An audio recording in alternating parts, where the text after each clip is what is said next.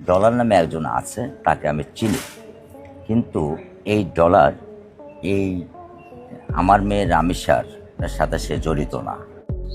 রামিসা কাণ্ডে আলোচিত সেই ডলার রামিসার বাবার বন্ধু। এবার বন্ধু ডলারকে বাঁচাতে মাঠে নামলেন রামিসার বাবা নিজেই। বললেন রামিসার কাণ্ডে ডলারের কোনো সম্পৃক্ততা নেই, কিন্তু যেখানে সোহেল রানার মোবাইলের শেষ কলটি করেছিলেন ডলার। রামিসার বাবা কিভাবে নির্ভর হয়ে বলতে পারলেন ডলারের কোনো সম্পৃক্ততা নেই? বন্ধু বলেই কি তিনি বন্ধুকে বাঁচাতে চাইছেন? দেশ জুড়ে বহুল আলোচিত রামিসা কাণ্ড। সোহেল রানার বিস্ফোরক দাবির পর এবার মুখ খুলেছেন রামিসার বাবা। আদালত প্রাঙ্গণে গণমাধ্যমের মুখোমুখি হয়ে তিনি অত্যন্ত জোরালোভাবে জানিয়েছেন ঘটনার সাথে ডলার কোনোভাবেই জড়িত নয়। এই ডলার রামিসার বাবার আগে থেকেই চেনা জানা এবং তাদের মধ্যকার বন্ধুত্বের সম্পর্কের বিষয়টিও এখন সামনে চলে এসেছে।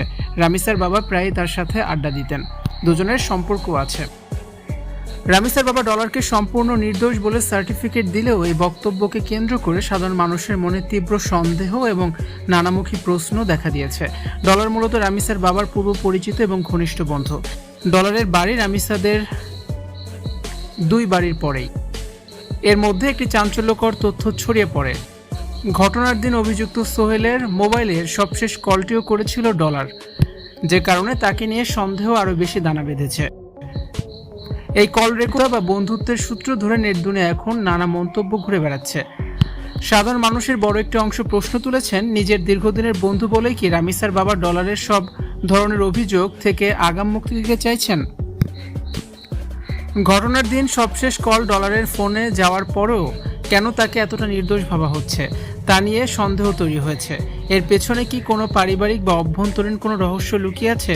রামিসার বাবা কি কোনো রহস্য গোপন করছেন, নাকি মূল অপরাধীকে আড়াল করতে ডলারকে নিয়ে নতুন কোনো খেলা চলছে?